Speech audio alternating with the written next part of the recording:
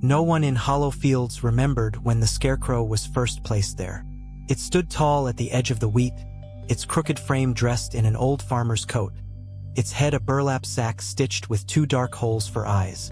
For years, it guarded the harvest in silence. But when the crows stopped coming, people began to whisper that something was wrong. Animals vanished from barns. Footprints, too large for any man, appeared in the mud. At night, faint moans drifted across the fields. The villagers blamed the wind, until one morning old Martha Briggs was found dead near the Scarecrow. Her face frozen in terror, straw stuffed down her throat. After Martha's death, no one dared walk the fields after sunset. Children spoke of seeing the Scarecrow move when no one was watching. Its head would tilt toward passing wagons, and its arms hung in new positions each morning. The local priest, Father O'Malley, declared it blasphemy and ordered the figure burned. But that night, the barn where the villagers stored the Scarecrow caught fire on its own. From the flames, they swore they saw a silhouette, tall and thin, walking into the fields, untouched by the fire. The harvest season came, but the wheat grew red as rust. When villagers cut into the stalks, they found them soaked in a dark, sticky liquid that smelled like blood. Rumors spread that the Scarecrow had cursed the land, demanding souls instead of crows. Families began leaving the village. Those who stayed woke at night to the sound of straw scraping against their windows.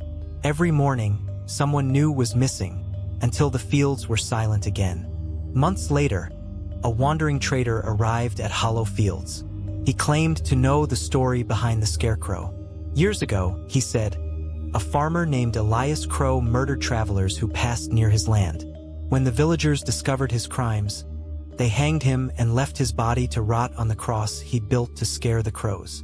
Days later, his corpse vanished, and the Scarecrow appeared in its place. No one believed the trader at first, until that night, when Elias's name was found carved into a farmhouse door, in fresh blood. The autumn moon rose full and pale over Hollow Fields, casting a ghostly light across the endless crops. The villagers tried to act normal, pretending life had returned to peace. But the air felt thick, heavy with dread. On the night of the harvest festival, they gathered in the square to celebrate.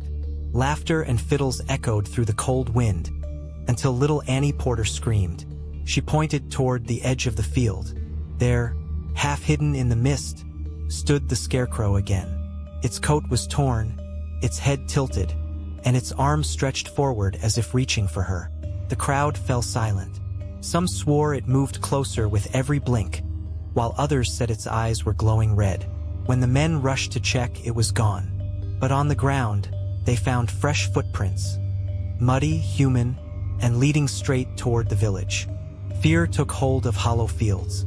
Men armed themselves with torches and pitchforks, patrolling the streets after dusk. Dogs barked at empty fields, and doors were bolted tight. The mayor, desperate to keep order, assigned 3 watchmen each night to guard the village's borders. On the 3rd night, one of them, Thomas Weller, never returned. His companions claimed they heard him calling for help near the old barn. Then silence. When they found his body the next morning, it was nailed to the barn wall in the shape of a cross, his chest stuffed with straw. Beside him, the Scarecrow's post lay empty, and carved into the wood was a single word, harvest. The next evening, an old widow named Agatha came forward trembling. She confessed she had known Elias Crow before he died. They had been lovers once before his mind turned dark. She spoke of rituals he performed in secret, sacrifices buried beneath his crops, whispered prayers to something he called the Reaper between worlds. When the villagers killed him, she said, they had not destroyed his soul, only trapped it inside the thing he loved most, his field. The Scarecrow, she claimed, was his body reborn, a vessel of revenge. Before anyone could question her further, the candles in the church flickered and went out. When the light returned, Agatha was gone. Only a handful of straw remained on her chair. Soon after Agatha's disappearance, the village children began singing a strange rhyme. When the moon is red and bright, Scarecrow walks in dead of night. Straw for heart, eyes that gleam, He'll find you in your final dream. No one knew where they learned it, yet it spread like wildfire. The rhyme haunted every home, echoing from windows as parents screamed for their children to stop. That night, crimson clouds covered the moon, and a soft scratching came from beneath the floorboards of every house. Some said they saw straw sliding under doors like fingers searching for prey. When dawn came, 6 beds were found empty. Panic consumed hollow fields. Dozens fled, abandoning homes and crops behind. But those who stayed gathered in the church, praying for salvation. Father O'Malley sprinkled holy water around the altar, but it hissed and steamed as if the ground itself rejected it. Suddenly, a cold wind blew the doors open. Standing there was the Scarecrow, its head tilted low, its hand clutching a sickle. The villagers screamed, some fleeing, others frozen in horror. It stepped forward, straw spilling from its sleeves. The priest raised his cross, shouting prayers, but the figure lunged, driving the sickle straight through his chest. The candles blew out, and all that remained was the echo of dragging footsteps fading into the fields. By sunrise, Hollow Fields was silent once more. Smoke drifted from the church ruins, and the fields swayed gently in the breeze. Where the Scarecrow once stood, there was now a mound of freshly turned soil, like a grave. Those who returned days later found the village empty, every door open, every bed cold. Yet in the middle of the field, the Scarecrow had returned. Its head was new, stitched from the same burlap, but with a different face, one that looked eerily like Father O'Malley. Beneath it, carved into the wooden post, was a final message. The harvest is complete. Weeks passed, and Hollow Fields became a name whispered only in fear. The nearby towns avoided its roads, calling it cursed land. Yet one rainy evening, a group of 5 wanderers arrived, drifters seeking shelter and curious about the legends. Among them was a man named Gareth, a former soldier who claimed not to fear the dead. The others, Elena, Thomas, young Peter, and a silent preacher known only as Reed, followed him into the desolate village. They found empty houses, rotting food on tables, and children's toys scattered on muddy floors. The air smelled of mold and decay, but the fields looked unervingly alive, wheat swaying as if breathing. They took refuge in an abandoned farmhouse. That night, thunder rolled across the hills. Gareth kept watch by the window, the flicker of his lantern casting shadows that danced on the walls. Around midnight, he heard a faint rustling from outside. Thinking it was the wind, he ignored it, until a slow knock came from the back door. 3 knocks, then silence. He grabbed his rifle and opened it, but no one was there. Only a few strands of straw lay on the steps, wet and glistening under the rain. When he turned back inside, he froze. The front door, bolted moments ago, was now wide open, and muddy footprints led straight toward the room where the others slept. Gareth rushed inside, shouting for his friends. Thomas stirred awake, confused, while Elena gasped at the muddy prints that ended beside Peter's bed. The boy was gone. They searched the entire farmhouse, calling his name, but found only his blanket lying near the hearth, stuffed with straw. Fear gripped them. Reed, the preacher, muttered something about divine punishment, his eyes hollow and distant. As the storm raged, they barricaded the doors and stayed close to the fire. Every crack of thunder seemed to echo like footsteps outside. Around 3 a.m., the wind died, leaving only silence. Then came the scraping like straw dragging across wood. It circled the house slowly, methodically, as if counting its prey. Gareth peeked through the window and saw a shape standing in the field. A tall silhouette swaying slightly, head tilted. He aimed his rifle, but before he could fire, the figure was gone. When dawn came, they dared to look outside. The wheat was trampled in a wide circle, and in the center stood a scarecrow made from torn clothing and Peter's boots. The survivors decided to leave Hollow Fields that morning, but the road that once led out of the village had vanished into endless fog. The farther they walked, the thicker it became, until they realized they were walking in circles. By noon, the fog thinned enough to reveal the village again, exactly as they'd left it. But something was different. The scarecrow that had stood in the field was now closer, its shadow stretching across the dirt road.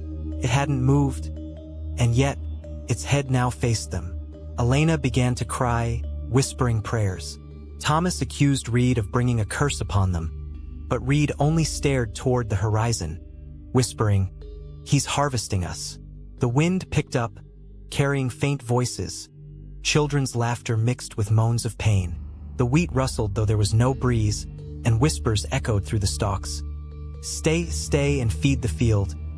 Terrified, they ran back to the farmhouse, only to find the door already open. Inside, on the floorboards, were fresh muddy footprints, 5 pairs. But they were only 4 now. That night, Reed confessed everything. By the firelight, his hands trembling, he admitted that years ago, before Elias Crow's death, he had been part of a secret circle of believers. They called themselves the Keepers of the Harvest. They worshipped an ancient spirit of fertility that demanded blood for growth. When Elias was caught killing travelers, Reed said, the others betrayed him to save themselves. The spirit, furious, cursed them all, and the land they'd fed. The scarecrow was its vessel, reborn through Elias's rage. As he spoke, the flames dimmed, and a faint rustle echoed from the walls. Straw began falling from the ceiling, drifting like snow. Reed looked upward, terror in his eyes. "He's here," he whispered. Before anyone could move, a bundle of straw dropped from above, wrapping around Reed's neck. He screamed as it tightened, dragging him upward into the rafters. When Gareth and the others pulled him down, his body was limp, his face pale and stretched, and his eyes were filled with wheat. The survivors were now 3. Gareth took charge, vowing to burn the fields before nightfall. They gathered oil, torches, and what courage remained. As they stepped outside, the wind howled across the wheat, and the ground beneath their boots felt soft, spongy, almost breathing. They poured oil along the borders and lit the first torch. Flames roared, spreading fast. For a brief moment it felt like victory. Then, from within the burning field, came a scream, deep, inhuman, endless. The flames twisted, turning blue, and a shape began to rise from the inferno. It was the scarecrow, taller than before, its body blackened but alive. Fire clung to its limbs without burning them. Its eyes glowed like molten iron. With each step, the flames around it died. Gareth raised his rifle, shouting for the others to run. But his voice faltered as the creature spoke in a low, hollow whisper. "The harvest is never over." Gareth ran as the flames collapsed behind him, pulling Elena by the hand while Thomas stumbled after them, coughing in the smoke. The fire should have consumed everything, but the moment the scarecrow rose, the blaze turned cold, the air itself freezing around them. The wheat, instead of burning, began to regrow. Golden stalks pushed upward through the ashes as if time were reversing. Gareth turned, horrified, watching the creature step calmly from the inferno. Each movement heavy, deliberate, unstoppable. The sky above twisted into dark red clouds, pulsing like veins, and a low hum filled the valley, a sound like chanting beneath the earth. They reached the church at the center of hollow fields, the last building still standing. Its steeple leaned, its bell cracked. Inside, they found old symbols carved into the walls, spirals, eyes, and circles made of wheat and blood. Elena fell to her knees, crying that this was the origin of the curse. Gareth tried to block the doors with pews, but the wood splintered under invisible force. Thomas shouted that he saw faces outside, faces made of straw and mud, whispering in unison. Then, the windows shattered, and the scarecrow's shadow filled the church like a flood. Its voice echoed through the stone. "This is the field that feeds eternity." The ground beneath them shook violently. The altar split open, revealing roots, thick, black, and wet with something darker than soil. From within came whispers in countless voices, overlapping, begging, cursing, praying. Gareth grabbed Elena and Thomas, pulling them back as the roots reached upward like hands. He realized then, the scarecrow wasn't just a spirit. It was the earth itself, feeding on death, reborn through fear. The villagers hadn't just died here. They had become part of the soil. Every scream, every drop of blood had been planted. Thomas broke and ran toward the door, screaming for help. The moment he crossed the threshold, something yanked him backward into the dark. His scream cut off in an instant. When Gareth looked again, there was no body, only a mound of straw where Thomas had stood. Elena sobbed uncontrollably, her eyes wild with terror. Gareth, clutching a rusted iron cross, shouted at the darkness, daring it to face him. The Scarecrow stepped into the doorway, its head cocked, a hollow smile carved into its burlap face. "You cannot burn what you are made from," it whispered. "You are the field now." Elena fell to the floor, trembling as the Scarecrow stepped closer. Gareth swung the iron cross, shouting prayers he barely remembered. Each word echoed like thunder, and for a moment the creature paused, its shadow flickering. Gareth saw a faint outline of a man beneath the burlap. Elias Crow himself, eyes hollow, mouth moving silently as though pleading. "Help me?" it mouthed before the burlap sealed over again. The air thickened, and the church's candles exploded one by one. Elena screamed as straw began crawling across the floor toward her, twisting around her wrists and legs. Gareth rushed forward, hacking at it with a broken pew leg, but the moment he freed her, the straw turned to ash, and so did she. She dissolved in his arms, leaving nothing but a pile of dust and a faint scent of wheat. Gareth fell to his knees, sobbing, his hands blackened. The Scarecrow watched in silence before tilting its head again. "The harvest takes all," it said, "and the field remembers every seed." The words sank into his mind like poison. He looked down at his hands and saw them turning to straw.